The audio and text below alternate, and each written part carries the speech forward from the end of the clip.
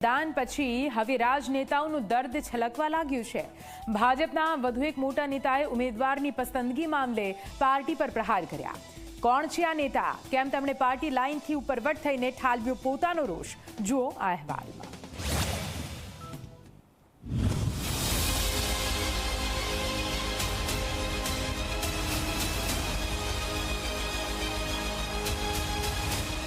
मतदान पछी भाजप नेताओं भाजप सामे रोष।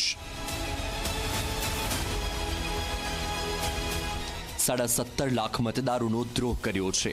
તમે જે સિલેક્શન કર્યું છે ને કે તમે અમરેલીને 23 લાખની વસ્તી અને તમે 17.5 લાખ મતદારોનો દ્રોહ કર્યો છે।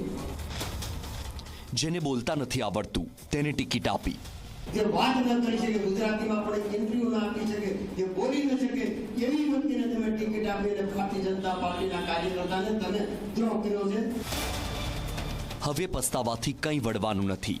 જ્યારે ચૂંટણી પૂરી થઈ ગઈ છે ત્યારે વધારે કશું કેવું એ બરાબર ન ગણાય। અબ પસ્તાએ ક્યાં જબ ચીડિયા ચૂક ગઈ ખેત। ભાજપના ઇતિહાસમાં આવું પ્રથમવાર બન્યું। નાનો મોટો વિરોધ ઘણી બધી જગ્યાએ આ વખતે ગુજરાતમાં જોવા મળ્યો। આ મને લાગે ભારતીય જનતા પાર્ટીના ઇતિહાસમાં પહેલીવાર બની રહ્યું છે।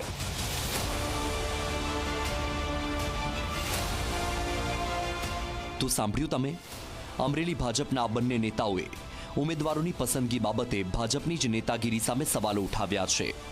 અમરેલીથી ભાજપે ભરત સુતરિયાને ટિકિટ આપી હતી। સુતરિયાની ટિકિટ જાહેર થઈ ત્યારથી જ વિરોધ જોવા મળ્યો હતો, પરંતુ કોઈ પણ રીતે આ રોષને ભાજપે દબાવી દીધું।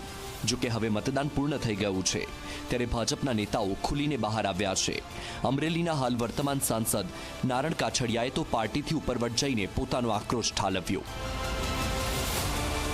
તમે જે સિલેક્શન કર્યું છે ને કે તમે અમરેલીને 23 લાખની વસ્તી અને તમે 17.5 લાખ મતદારોનો દ્રોહ કર્યો છે। ભારતીય જનતા પાર્ટીએ દ્રોહ કર્યો છે।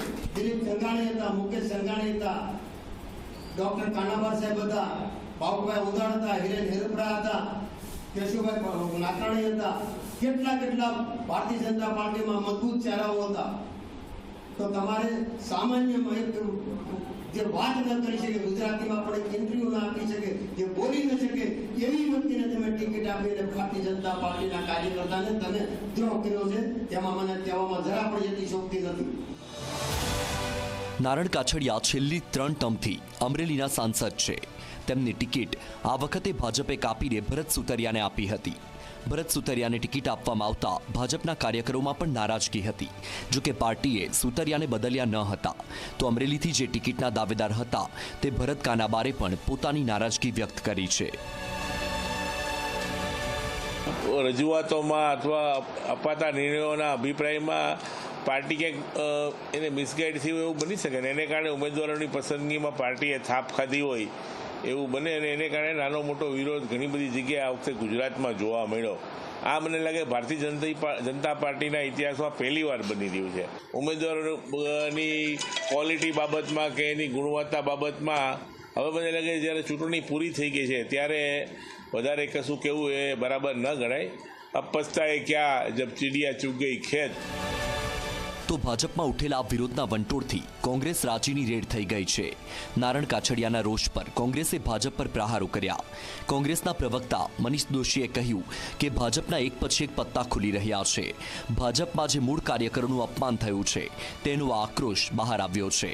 તો અમરેલી કોંગ્રેસમાંથી જે લડ્યા હતા તે જેની ઠુમ્મરે પણ કહ્યું કે ભાજપને હાથ ન કર્યા હૈયે વાગ્યા છે।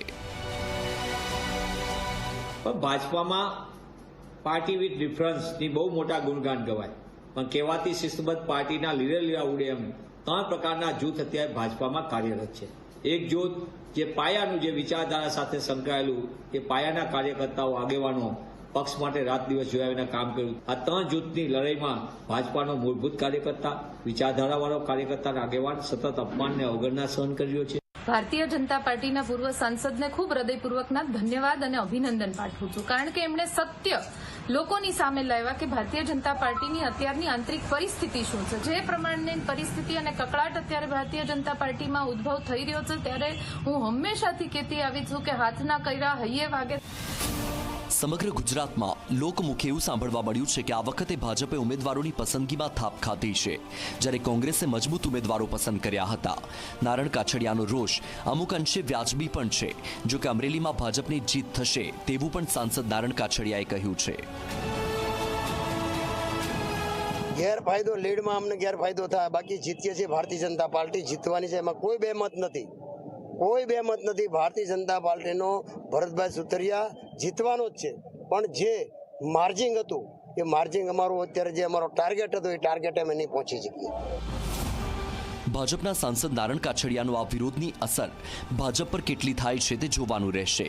ગુજરાતમાં ભાજપની એક પણ સીટ આગી પાછી થઈ તો હાઈકમાન્ડ પ્રદેશના નેતૃત્વ સામે આકરા પાણીએ થઈ શકે છે. જોવાનું રહેશે કે 4 જૂને શું થાય છે. Bureau report, Zee media.